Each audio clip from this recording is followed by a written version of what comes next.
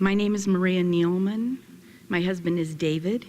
He is a totally disabled United States military veteran, the United States Marine Corps. He will be 70 in January. I am also disabled. I am 61. We are regular folks who care to be involved with our communities. In 2004, we chose to refinance our home, which we have had for 28 years, in order to open and maintain a program aimed at helping the youth in our community stay out of trouble. It's a program called Dreamland Boxing Club.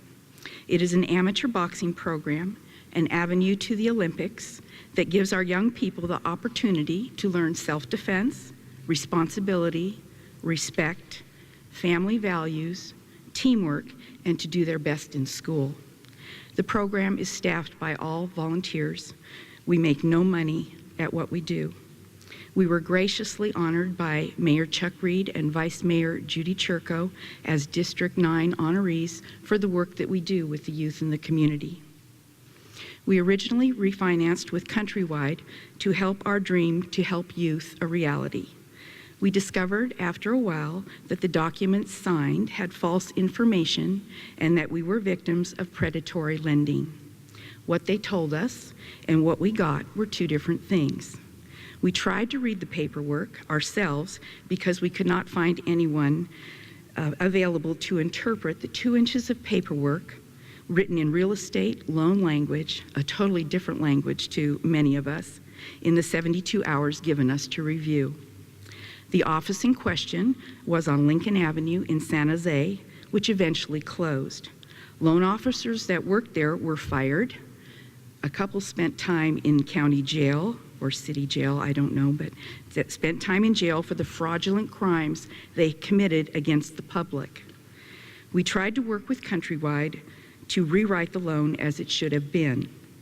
We went all the way to Mr. Mazzilio, president of Countrywide at the time, to keep our home, which could help our community and keep their successful youth program, Dreamland Boxing, open. Mr. Mazzilio was later indicted by the federal government. Countrywide's illegal and immoral practices are well known. Bank of America took over Countrywide. We have been dealing with Bank of America since May of 2009. We applied for a loan modification. We qualified and were to receive our loan documents for review and signature in 2009, October. The paperwork never came. We have been making trial payments for a year now. We qualified again May 24th, 2010, and we were instructed that we would receive our loan documents for review, to return them within 15 days by June 17th, 2010. It is now October.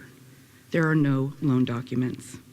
We have complained to the Office of the Comptroller of the Currency that oversees the major banks. They opened a case. B of A's response was inaccurate. Their resolution didn't even show that they read any of the details of the case, nor review the system notes over the last 2 years that B of A has on file. Their resolution was to tell us we had to start all over again. Well, we've started over again about 8 times in the last 2 years.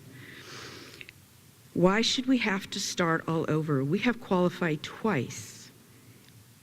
It's tough enough getting qualified, but when you qualify and they refuse to send you your loan documents and give you all these excuses, that's unacceptable. 2 months ago, the news stated that B of A had only used 4% of the stimulus money to help people like my husband and I. 96% has stayed at the top. The analyst's opinion also included that the strategy of the major banks is to wait for the real estate market to rebound. Then they will evict those of us who have abided by B of A's instructions, sent them money, and babysat their homes during the downed market. Then, when they know they can make a profit, they will evict thousands more of us. Bank of America has lied to us. They are no different than Countrywide. We qualified to keep our home. They have deceived us. I challenge Bank of America to prove to the city of San Jose and Santa Clara County how many loan modifications they have actually fairly modified in the last year. In keeping our home, It may help our community to keep their youth program open. If anyone can help us keep our home and others here, and or sponsor San Jose's Dreamland Boxing Outreach Program, please help us. We need you. Thank you very much.